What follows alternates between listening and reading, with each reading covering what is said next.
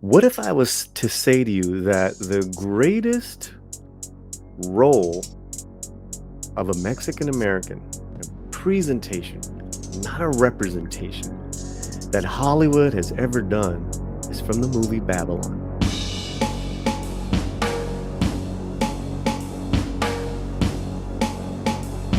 I've been sitting with this for a minute now.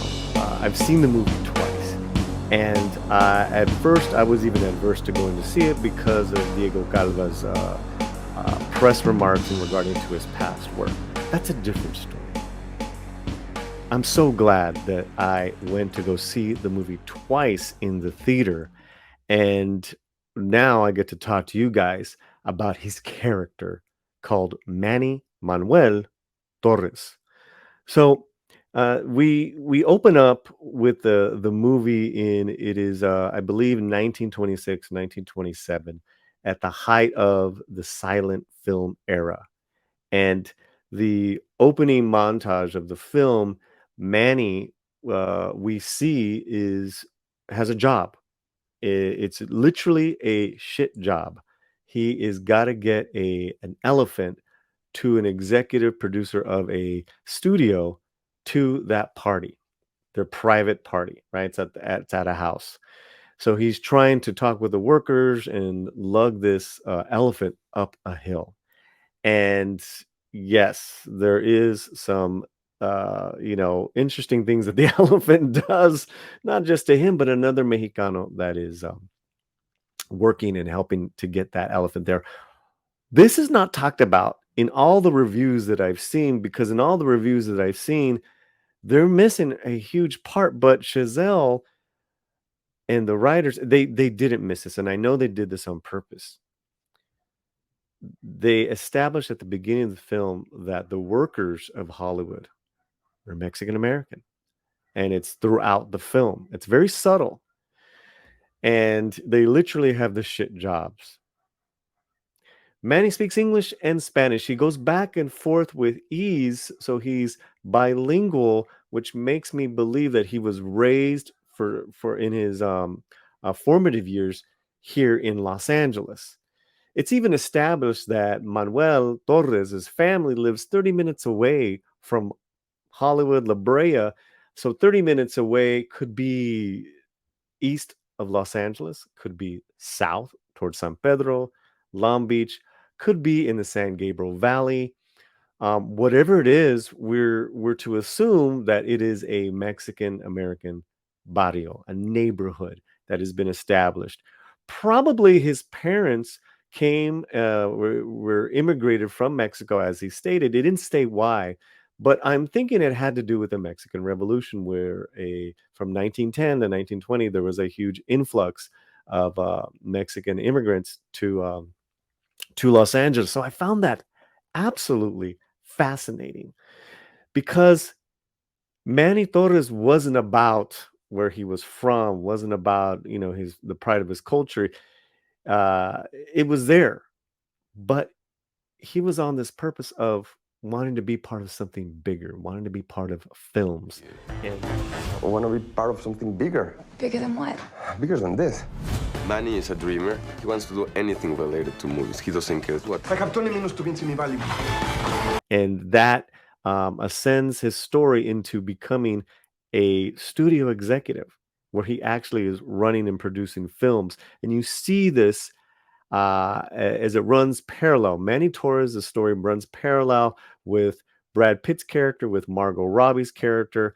And you also see he's assimilating more to being an American, where he even says it's not Manuel Torres on his door, it's Manny Torres. And I found that fascinating on a big film such as this, because you just don't see this. You just don't, unless it's a Latino film by US Latinos. And even then, it might be an independent film, and it's very rare in regards to just kind of being out of a particular part of Los Angeles, or part of the US, where it's not about that ethnicity from that neighborhood. Put the kid on it. The kid? Yeah, the kid. He's great. What's your name? Manuel. Manuel. Manuel's great. So Manny Torres is pretty young. Let's just say he's maybe 20, right? Um, and the film spans 20 years. It actually spans more. What am I saying? It starts around 30 years or 25. 1926, and it ends at the end of the movie 1952 or the 50s. And he comes back, and we see that he has a Mexicana wife who doesn't speak any English and a little daughter, again, who speaks both English and Spanish. It's incredible to see because Manny was at the highest of highs with being, with ascending to where he even said at posh parties, he's from Spain, he's from Madrid. Imagine that.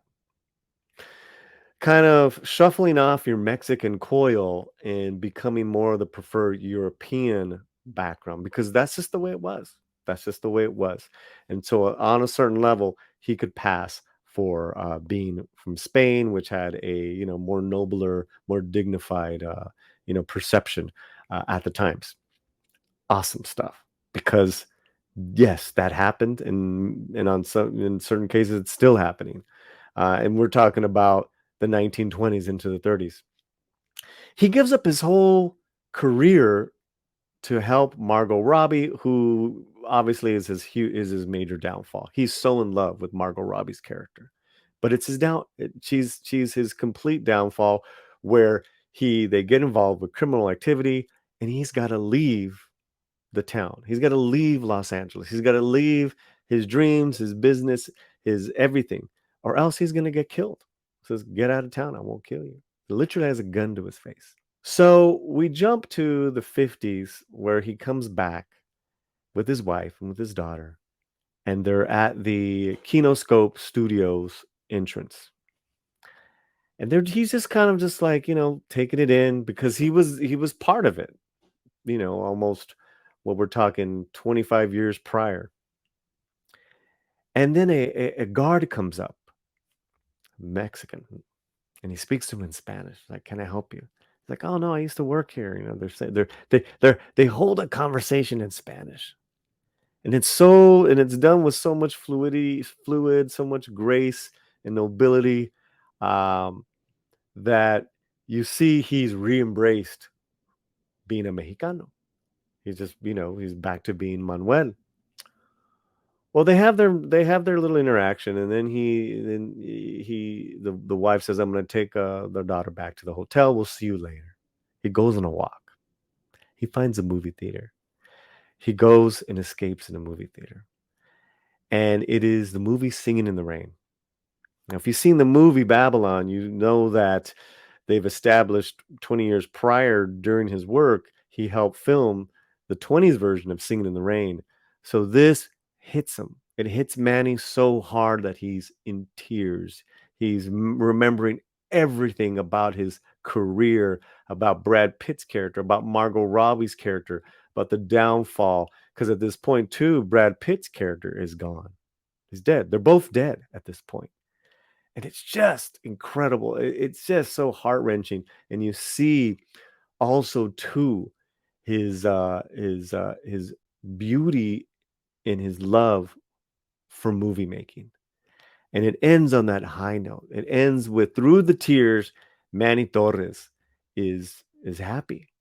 He's found his you can almost say he's found his innocence again, because at the beginning of the film, he was this amazing innocent soul who spent his first day on set, assisting um, Brad Pitt, Brad Pitt's character, and he got to see greatness on a higher magnitude. And if you've seen the movie, you know what I mean. And in an interview, Diego Calva said, "That was my first day on set.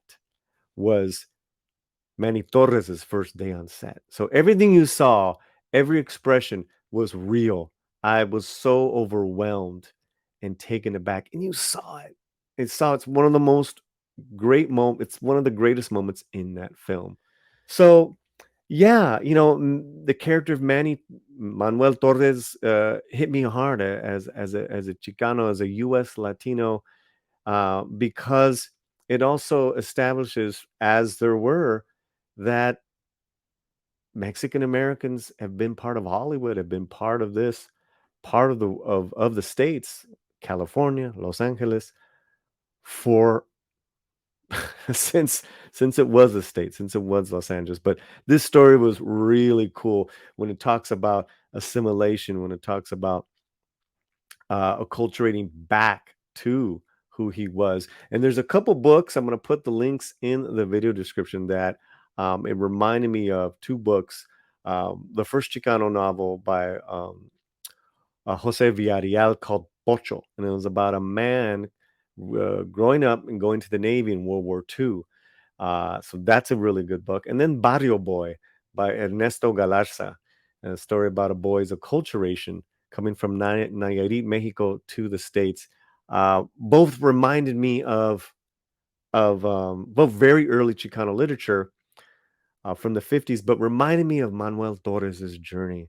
And I have to tell you, I've never seen a Mexican American, a Chicano, portrayed as Manny Torres and his story on the big screen before from a major Hollywood studio. And I really applaud Damien Chazelle. I applaud Diego Calva. I applaud anyone else that got this, because like I said, I did watch various interviews, and yes, this is my take, but this is what I get to take away from it as a lover of the history of film, the lover of going to watch movies, and as a Chicano, as a U.S. Latino, and then as an American that we're all a part of. And I just wanted to give you my insight to the character of Manny Torres, Manuel Torres, and why this character and this presentation is something like I've never seen before. I would love to hear your comments. I would love to know if you guys saw that and what you got out of that character. Okay, that's it for the slant. Let me hear your comments wherever you are at. Keep that slant muy fuerte. Gracias.